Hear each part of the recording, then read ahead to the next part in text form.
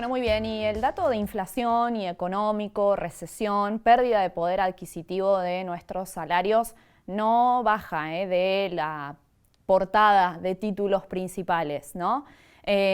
Como nos tiene acostumbrados, la Fundación FADA difundió su famoso changómetro, brindando datos justamente de esto, ¿no? De qué podíamos comprar con un billete de 1.000 pesos en el año 2017 y qué podemos comprar ahora y por cuánto tenemos que multiplicar. Y eso también nos da un parámetro de nuestros ingresos, ¿no? Por cuánto se deberían haber multiplicado. Vamos a hablar con la especialista, la economista Natalia Ariño de la Fundación FADA. ¿Cómo estás, Natalia? Fernanda te saluda. Buen día. Hola Fernanda, buen día, ¿cómo estás? Un gusto hablar contigo. Bueno, contanos un poco la base de este informe, ¿no? A veces nos sorprenden para las vacaciones o para celebrar un cumpleaños cuánto nos costaba antes y cuánto nos cuesta ahora. Ahora el dato es crudo, alrededor de 1.000 pesos, ¿no? Sí, así, bueno, este trabajo, esta medición lo hacemos todos los meses cuando va saliendo el dato de inflación que publica el INDEC y en base a esos datos es que vamos armando, bueno, una especie de gráfico que para quienes puedan y quieran verlo está en nuestra página web y en las redes sociales, en donde vamos viendo cómo mes a mes vamos necesitando cada vez más pilas de billetes para comprar lo mismo que, bueno, hace meses atrás o años atrás.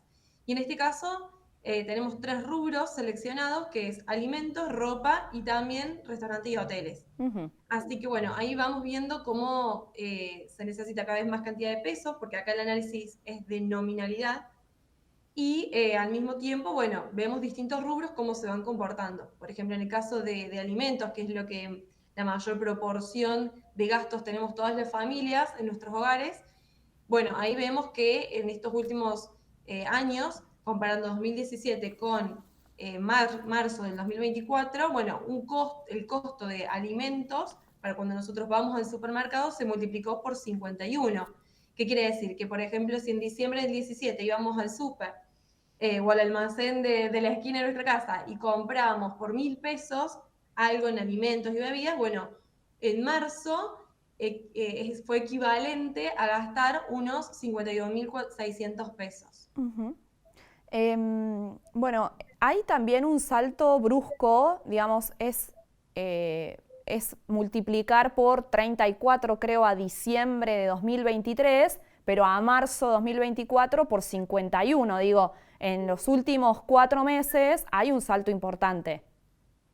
Sí, exactamente, y viene de la mano de la aceleración de los precios y de la inflación en la que hemos estado inmersos, bueno, estos últimos meses, pero también que ya hace años que venimos con una inflación alta, no llegamos a este nivel de un mes para el otro, porque eso también hay que aclararlo. Pero bueno, en diciembre hubo un salto muy fuerte que fue del 25% y que estuvo también acompañado por distintas medidas que tuvieron su implicancia en la economía. Enero del 20%, febrero del 13% y bueno, ahora en marzo conocimos el dato la semana pasada, el viernes, que fue del 11%. Es decir, en estos meses vemos que estamos en un sendero en donde la inflación se va desacelerando, Sí. ¿sí? ¿Qué quiere decir? Que la inflación va bajando, pero que sigue estando en niveles muy altos. Una economía con un 11% de inflación mensual es sumamente dañina para el sector productivo y para todas las personas, también para todos los hogares.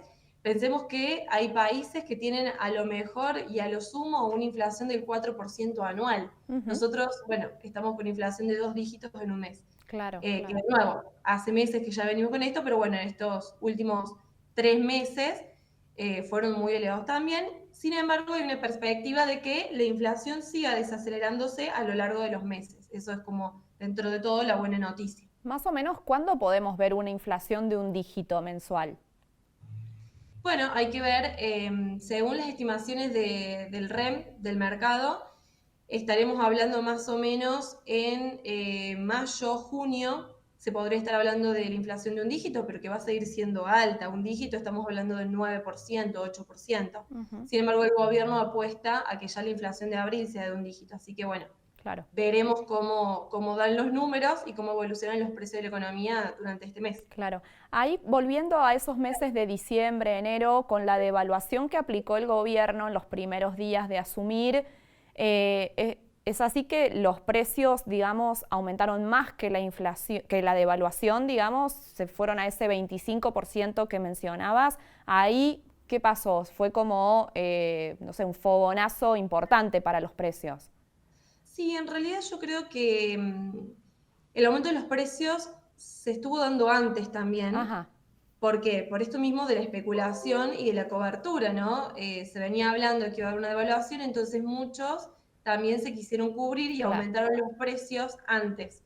Y después sucedió que, bueno, se dio la devaluación de diciembre, pero también se dio que en los siguientes meses, enero, febrero, marzo, estos últimos 3 meses, el dólar estuvo quieto. Entonces, de pronto hubo precios de la economía que se fijaron a un tipo de cambio mucho mayor por las expectativas de que el dólar iba a seguir aumentando y en realidad está quieto. Por eso vemos también todas estas promociones en todos los rubros, digamos, pero sobre todo en supermercados, en alimentos, no sé, por ejemplo, en el rubro de vestimenta, Ujú. calzado, perfumería, bueno, todos estos tipos de rubros, que hay tantas promociones y publicidad y descuentos.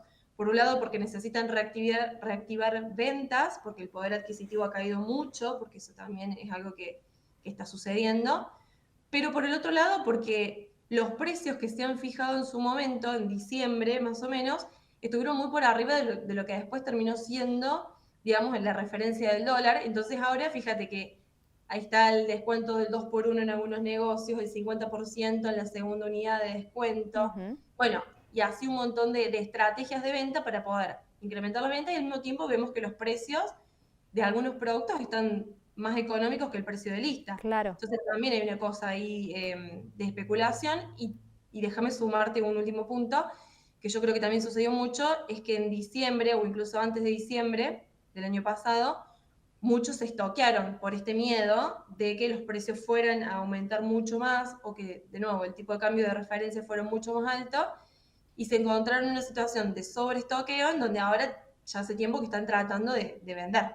Absolutamente, clarísimo. Para que se reactive la actividad económica, tenemos que ver bajar aún más la inflación. ¿Cómo crees que se va a dar? Sí, totalmente. La inflación tiene que bajar. De hecho, yo creo que desde el gobierno nacional, bueno, uno de los puntos principales es bajar la inflación, porque si no, terminamos siempre en el mismo espiral, que los precios suben y después, bueno, todo se tiene que ir acomodando a los precios, los salarios, aunque los salarios siempre van corriendo por atrás de la inflación y perdiendo poder de compra, pero sí, definitivamente la inflación tiene que bajar para que el país pueda empezar a reactivarse. De todas formas, también vemos que otra estrategia que está llevando adelante el gobierno es la baja de las tasas de interés. Ujú. La semana pasada volvieron a bajar las tasas de interés. ¿Con qué objetivo? Y bueno, empezará a reactivar de a poco también la economía vía créditos.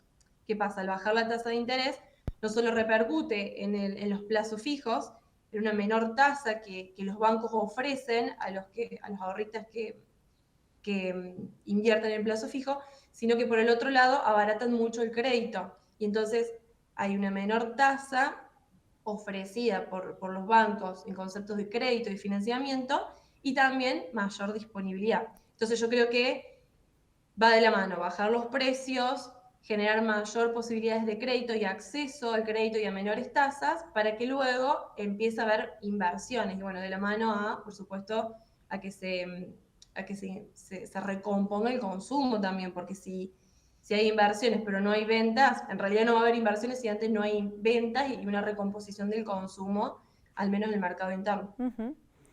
Claramente uno de los rubros que más que se reactivarían primero es alimentos y bebidas, digamos. Vemos que los informes, por ejemplo, que recibimos no solo de FADA, sino también del Centro de Almaceneros de la provincia de Córdoba, se consume menos en alimentos y bebidas, digamos. El recorte es en cuestiones esenciales.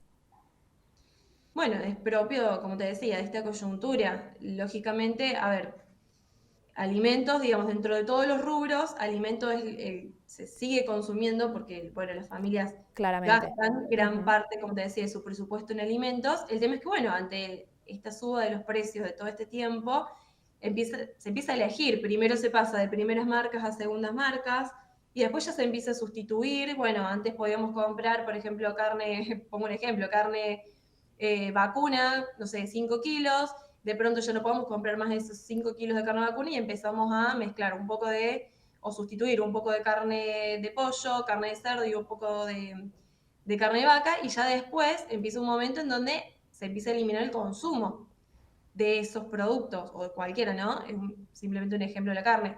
Pero bueno, ese es el comportamiento generalmente que sucede en el consumidor ante esta coyuntura y ante este aumento acelerado de los precios. Pero como Claro. te repito, viene desacelerándose y ojalá que siga en ese sendero para que poco a poco, bueno, tengamos menos inflación, aunque bueno, este año va a ser un año de inflación alta lo mismo, por más que se desaceleren los precios. Así es. Lo último que te quería preguntar es qué impacto ven desde FADA la apertura de importaciones sobre, bueno, el precio de los alimentos y demás. Bueno, en primer lugar, yo creo que hay que tener en cuenta que las importaciones de precios de alimentos no repercuten todos los productos de la misma forma. Ujú. Hay algunos productos que sí pueden estar en desventaja, como por ejemplo carne de cerdo, en donde generalmente se suele importar de Brasil. Bueno, en términos comparativos, Brasil es mucho más competitivo porque tienen, bueno, menores costos que están ligados al sistema de producción que se tiene en Brasil en comparación al que tenemos nosotros en nuestro país. De todas formas, Argentina es un país que es competitivo en términos de alimentos, si no, no exportaríamos el 26% de la producción de carne vacuna o el 25% de productos lácteos, Ujú. y ni hablar de granos y otros productos de la agroindustria, pero que bueno, a ver, también hay que ser realistas que cuando nos comparamos con el mundo, sucede que hay desventajas en el esquema impositivo, por ejemplo, el que tenemos, o incluso hay desventaja en que otros países tienen un único dólar y nosotros, bueno, tenemos todavía ahí el cepo y tenemos también distintos dólares de referencia que aún hoy ya la brecha, es decir, la diferencia entre las cotizaciones de los dólares no es tanta en comparación a meses anteriores, pero bueno, son puntos que al momento de competir con el mundo tenemos ciertas desventajas. Aún Ujú. así, nuestro país es competitivo. Ujú. Natalia Ariño, muchas gracias por estos minutos con Punta la M. Bueno, muchas gracias a ustedes y un saludo a toda la audiencia. Que tengas buena jornada. Ahí estaba la economista de FADA hablando de inflación, precios, recesión de la actividad económica y este panorama que, bueno, trae una tendencia de llegar a una inflación de un dígito, veremos cuándo, de todas maneras, este será un año de alta inflación. Vamos a marcar una nueva pausa, ya volvemos.